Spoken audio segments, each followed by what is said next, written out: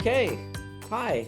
I've published two books. My name's Carl Vonderau, and I write financial thrillers, thrillers that are set in the financial world. But underneath all of that, my books are really about dysfunctional families who have to come together in order to survive the predicaments they're in. So my first book was Murderabilia, and that's about a family hiding a terrible secret. A man is a private banker for the very wealthy in La Jolla, and he and his mother and his sister escaped from Illinois after their father was arrested for being a serial killer, an infamous serial killer. No one knows who he is, who his father is, and that seems to be working just fine until someone kills a woman just the way his father did, and all the evidence points to him.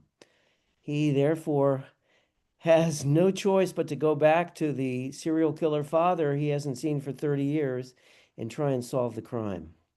So that was in the private banking world. And the next one was more in the commercial real estate world. And here, I've got a family with a very difficult son.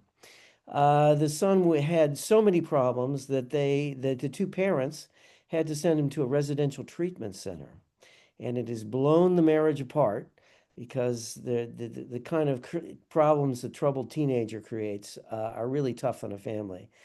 When the son comes back, he seems to be totally changed. He's got a new attitude on life. And then he sneaks off to Mexico to do a drug deal and gets kidnapped.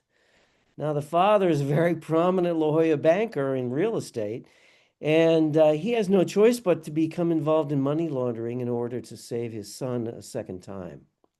So those are my two books, and they both won awards. I rewrite a lot. I read a lot. Well, I read a lot too. But what I try to do is a basic outline, which changes all the time because I get better ideas as I write. And so I will have the idea of a scene. What is the conflict in between the characters in the scene? Where is it set? And I will write by hand on a legal pad. And I typically write as fast as I can for the first time I've done a draft. There'll be all kinds of things left out. Some things will work, some things won't work. I will, um, I, sometimes it's just dialogue for parts of the scene, and then I will go back and type it into the computer and begin to fill in all the parts that are there. The way I feel is that I've got 4 or 5 pages of handwritten that I've got a scene there, and I can really work on it to make it better. I'll type it into the computer as a first draft, and then I'll move on. I have a writers group. I go over a lot of my scenes that way, and then I'll get to the draft of a book, and I will probably go to someone to give a developmental edit, what works and what doesn't work in the book, and go back and rewrite. So the first book I wrote over 20 times, and the second book, Saving Miles, I wrote probably about 15 times. So I'm getting better. Well, they're both in the financial industry, but they both have different family problems. I mean, the first one is, if you're a child of a serial killer, how do you survive that? What does that do to you? And I did a lot of research on that, and these people live very difficult lives because they never overcome the stigma. So that was the inspiration there. And so that's really throughout the book of how does a man grapple with that? The second book, Saving Miles, I wanted to put in a few things. We had to send our own son to a residential treatment center 20 years ago, and I wanted to put that in a book, and he gave me permission to use some of that. So it's the kind of family problem that resonates forever in a family. And you have a crime involved, and it just makes the crime more difficult. So that was one of my inspirations there. The other was that I wanted to involve money laundering. So I had to learn a little bit more about money laundering. I was a career banker, but that doesn't make me an expert in money laundering. Um, so I took some actual courses from an organization that trains the banking industry, the brokerage industry, et cetera, on how to spot and prevent money laundering. So I learned, what money laundering, what the mechanics were actually of that. So I put some of that in the book as well. I've been an international banker and worked I spent 15 years in Montreal and I worked throughout Latin America. So I like to involve international characters. And in this one, I put, some characters from Quebec and from Mexico as well into the book. So you combine all those together and hopefully you come up with a stew that works. Most writers think we're better than we actually are.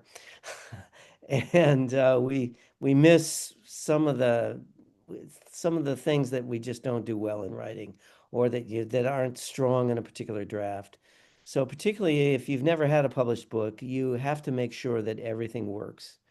And that means, going over it a number of times, getting feedback from others, like with a writing group or an editor, and make sure that it really works before you send it out. The problem is that most, particularly beginning book writers, send it out too early. And you only get a chance with an agent or a publisher once. So, if they turn it down, well, you can improve the book, but your business relationship with them is over. So that's why you have to get involved in every detail. Well, and in Murderabilia, I brought in another religious aspect too, because I was brought up a Christian Scientist. And I don't know how much you know about this, but basically the religion believes that evil is a false concept. And if you don't give it any power, it will cease to exist. So I thought, what a perfect religion for the wife of a serial killer. So that was kind of throughout the book. And so it blinds the mother as to what her husband's doing, but at the same time, she would never accept anything like that in her children. Well, we all have a bit of that, right? If you're a writer, you sort of you have a lot of it. I'm going to be a bestseller. Well, okay. I think you owe a lot, a lot. I think you can change some of well, what you're going for is creating the emotion of the book in the reader. And a lot of times that comes from yourself, but when you write, if you get sad, it doesn't make any difference. You have to make the reader sad. So that has to be genuine. And that's the genuine part of the book that really reaches the reader. And a lot of times, when you're in a very character-driven scene, like there are a number of them in Saving Miles, that, for instance, when in that one where the boy goes on the beach with his father, Torrey Pines Beach, and they talk about what a horrible experience it was for him to be sent to a residential treatment center. And the father at the same time says, well, we had no choice. We had to save your life. So those kinds of situations where both are right and both feel very much for the other person, I think are what really make a book or a scene. I think you should get into a group, and what you want is a group that has some writers that are at your level, but also has some writers that are above your level that you can learn from. And it helps, yes, it helps to be in a group with a genre, the same genre as you are, but sometimes it helps to have someone from another genre in the group. So for instance, I've been in a writers group for a long time, and there was some very literary writers, and you can learn a lot from literary writers, particularly on the internal side of the characters. On the other hand, there are problems with being in a group in that they can only read 10, 15 pages at a time. So, you go to them every 2 weeks or something, or even every week, and it's 15 pages at a time. So how do those people get a real perception of the overall book? Plus, a lot of people in these writing groups, they'll rewrite scenes. They'll be rewriting the same scene for 10 weeks, right? So how do you get a book done when you get stuck on trying to make a scene perfect? And a writer's group, their job is to find out the problems with the scene. So that can really slow you down. I've been in a few groups. One for a long time, and another group I was in for a while where there was a writing coach, and she was very well known in San Diego. And she took it from a structural and a mystery standpoint, and so I learned a lot from that group. So there is some benefit to switching out from one group to another, depending on who the leader is, because they can give you different perceptions. I've gone to writers' retreats. I went to one in November where I learned some things from some best selling authors because, I mean, I've published two books. They've been awarded, but they're never perfect, and you can always learn something more. Even when the lessons are something you've already learned, you tend to forget about them when you're writing the book. So you have to relearn them again, right? So I would advise people to do that, plus to get into the writing community. For instance, I am in a group called Partners in Crime, and we are part of the Sisters in Crime National Organization, where we're writers and readers of crime fiction and nonfiction. So I was, president for a while, and I'm on the board here in San Diego, and it gets you connected with other writers. It's a lonely profession, so you need that enthusiasm and that insight in the publishing industry, into agents, into marketing possibilities. It's really helpful. So I would advise people to join a group like that. Partners in Crime is a great one here in San Diego. If you want writers instruction, there is, for instance, San Diego Writers Inc., where they have just a number of courses, and they also organize critique groups. So that's a great one to get involved with as well. And then finally, writers' conferences. So these are all over the US, and they will gather together groups of writers and famous authors, as well as agents and acquisition editors from publishers. So there you get a chance, to meet these people. Often you will get a chance to present some pages and maybe make a relationship where they want to see more of your book, and they might end up representing you, or the publisher might end up publishing your book. It's also when you go to one of these conferences and you give 10 pages to an agent, they will tell you what's strong and what's weak with your book and what's strong and weak with your concept. And, you have to have a thick skin because if you got the wrong concept, um, you may not get your book published. So, but it gives you real world insight, gets you out of your bubble inside your house or your coffee house or wherever you're writing alone and where you're thinking you're writing the next great American novel. Well, you can, you're a victim of people who might be as uneducated as you are, as a beginning writer, but they also have good insights and they're sensitive to, what's important in a piece. So that can help. But then if you have a leader who is an experienced writer or an experienced editor, they can give you more deeper insights.